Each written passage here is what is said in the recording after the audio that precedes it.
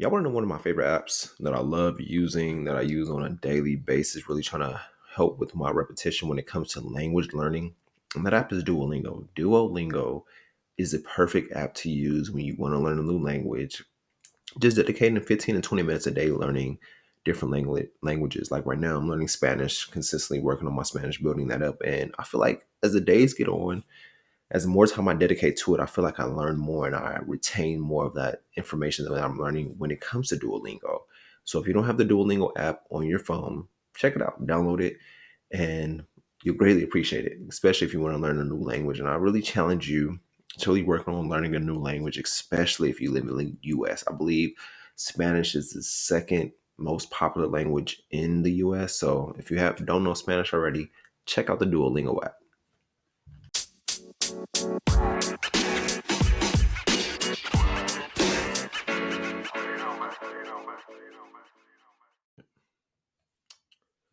And we back. And we back, and we back, and we back. Hello, ladies and gentlemen. Welcome to Sana IE. I'm your host, XO. This is your first time listening. Welcome to the show. Welcome to Sana IE. I bet you're wondering, what is Sana IE and what are they going to do for me today? Well, Sana IE is a personal development platform for millennials who struggle with their brain health as well as their financial health. Every episode we drop tips, tricks, knowledge, research, different topics when it comes to those two elements of life. And I feel like brain health is a big thing when it comes to us because everything starts with our brain and our motor functions and whatnot.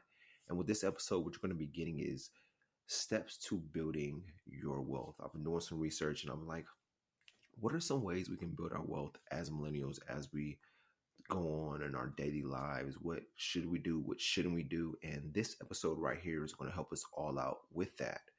But first, let me kick off the show with some quotes of the day. My first quote is, take a good, honest look at everything going on around you. Then start eliminating anything that doesn't bring your positivity to your life. So, self-analysis, analyzing things around us as well and seeing what has been working, what isn't working, who's been helping us, who's been hindering us, and really taking that really evaluation of everything, doing that self-inventory and seeing, okay, what do I need to drop? What do I need to keep? What do I need to do? What do I need to unlearn? What do I need to learn in my life? And seeing what brings positivity to my life. We'll be so caught up in either the rat race of life, the cycles of life, the pressures of life, and not understanding like, yo, not everything needs to go along with us as we move forward, as we try to create a positive environment around us. So we'll have to do that self-inventory and seeing, okay, I got to keep so-and-so, I got to keep these habits, but I have to unlearn some habits because some of these habits aren't helping me progress. They're just keeping me stuck in this constant moment. But if you want to elevate, you always have to do a self-inventory on a weekly basis, monthly basis, whatever it may be, and really checking like, okay, what do I need to do today to progress tomorrow? And taking that inventory and really dropping what you need to drop out of your life. We can't keep carrying a boatload of stuff with us onto the next level of our lives and expecting it to get us there. Sometimes we have to let the weight off and keep pushing forward. But once again, that quote is, take a good, honest look at everything going on around you. Then start eliminating anything that doesn't bring you positivity into your life. And my next quote is, you'll never be free until you free yourself from the prison of your own false thoughts. Have you been thinking good about yourself lately? Or have you been having thoughts that don't serve you?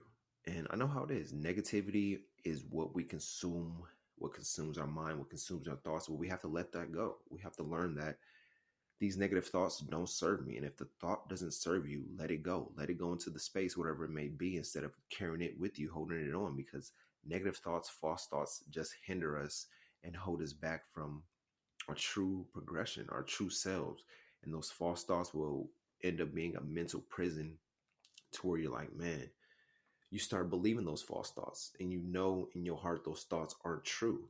But it's to understanding that, yo, I have to let these thoughts go and I have to really Stay focused on the thoughts that serve me, the thoughts that bring me joy, happiness, positivity, instead of letting these false thoughts create that illusion around me.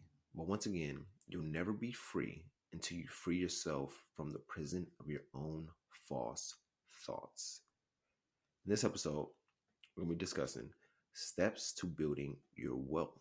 And number one would be avoid lifestyle creep. I bet you're wondering, what is lifestyle creep? Lifestyle creep, it's wherever you're at right now, understanding that, okay, maybe you got a raise and you like, okay, I'll go splurge on something new, or I like where I'm at and I just want to stay right here. We'll get so caught up in our comfort zone that we will let that lifestyle creep in and we'll just stay here. But we want and deserve more for our lives. So you have to never allow lifestyle creep to eat away at your wealth. Understanding like it's more about me getting to the next level instead of being stuck at this level that I'm in, because life is all about elevating. Every year you have a birthday, you get older. So it's like every year you have to level up in some way, facet, or form. As you earn more money, invest more money, live below your means. You'll be tempted. I know how it is. We all know how it is. When you get that raise, you get that paycheck, you get that extra money, you get your tax money, you want to spend more because you can. But don't allow that to trick your mind into buying more. Understand, like, the more I make, the more I should invest. Not the more I save, but the more you should invest, because saving your money is really not helping your money at all, because it lowers your money. With inflation and everything, nowadays the way that other countries have been talking, they're trying to eliminate the US dollar. So understanding like I have to invest more of my money versus saving it. You saving your money, it lowers the value every year. So understand that and control your expense before they can control you, because we all have expenses in life. Creating a budget that we stick to no matter what happens, no matter if you get a raise and whatnot, you stick to that budget. You have your investment fund, you have your emergency fund, and really involve putting more into that. And that leads me to number two, which is invest. I just talked about it. Inflation. We all seen it go on last year and this year. Inflation will eat away at your money and you will have less purchasing power. So don't stash your cash, invest it. Don't save, invest your money, invest it in your health, your business, your education, your future. They can't take your education from you if you invest into yourself. That's the biggest thing. Alex Hormozi talks about investing in the S&Me 500 instead of the S&P 500. Invest in yourself. What skills do you need to learn? Do you need to acquire over these next coming years? Who do you want to be in the next 5 years? And what do you need to invest your money at? Invest consistently and you'll see the results over time. Number three would be build healthy habits. Successful habits could include frugality, positivity, networking, setting goals, taking action, reading books, waking up early. It takes around 66 days for a new behavior to become a habit. Take some steps to make tomorrow better. Think about your future selves. What can you do today to help your future self out tomorrow? And setting those goals. What goals do you want to accomplish? What are your short-term goals? What are your midterm goals? What are your long-term goals? Set those goals for yourself as well as for your finances, and check those out daily, as well as networking with different people within your space, within your family, friends, people that you look up to, getting on Facebook groups and networking with different people when it comes to finances, when it comes to habits and investing. And we have the internet, where this is the perfect generation that we were born in, where you have the internet. You can reach out to different people across different platforms and ask for their advice, ask for their help, and really taking those action, as well as reading books. A book that I recommend when it comes to building habits, if you haven't heard from the last episode, Atomic Habits, reading The Compound Effect, as well as reading The Psychology of Money, so you understand how the money works within the mind. Number four will be start a side business. Did you know 66% of millionaires have their own business? You can earn money with anything, whether it's blogging, coaching, reselling, email marketing, freelance writing, affiliate marketing, podcasting, whatever it may be. What skills or passion that you have that you can turn into a profit? And understand that You can live without limits, build a lasting empire today instead of being so, I want to say, subjected to the 9 to 5. Like the 9 to 5 is cool. You can use the 9 to 5 to fund your business, but look into starting a side business, whatever it may be. You have skills that other people may need in life. So understand, like, all right, what are my skills? What are my strengths? What am I passionate about? What would I not mind doing without getting any pay in the beginning because I have my 9 to 5 to support me, but eventually turning that passion into profit and really going full fledged into that business instead of relying on my 9 to 5. Because eventually, especially with the way AI is going these days, some of these jobs will be non-existent. A lot of corporate jobs are laying people off because of AI and because of a lot of other factors. So being aware of that you take your future into your own hands, not relying on any business, any other company, any 95, that you know, like, okay, I have to start a business because this is for my future and my legacy and my generations to come.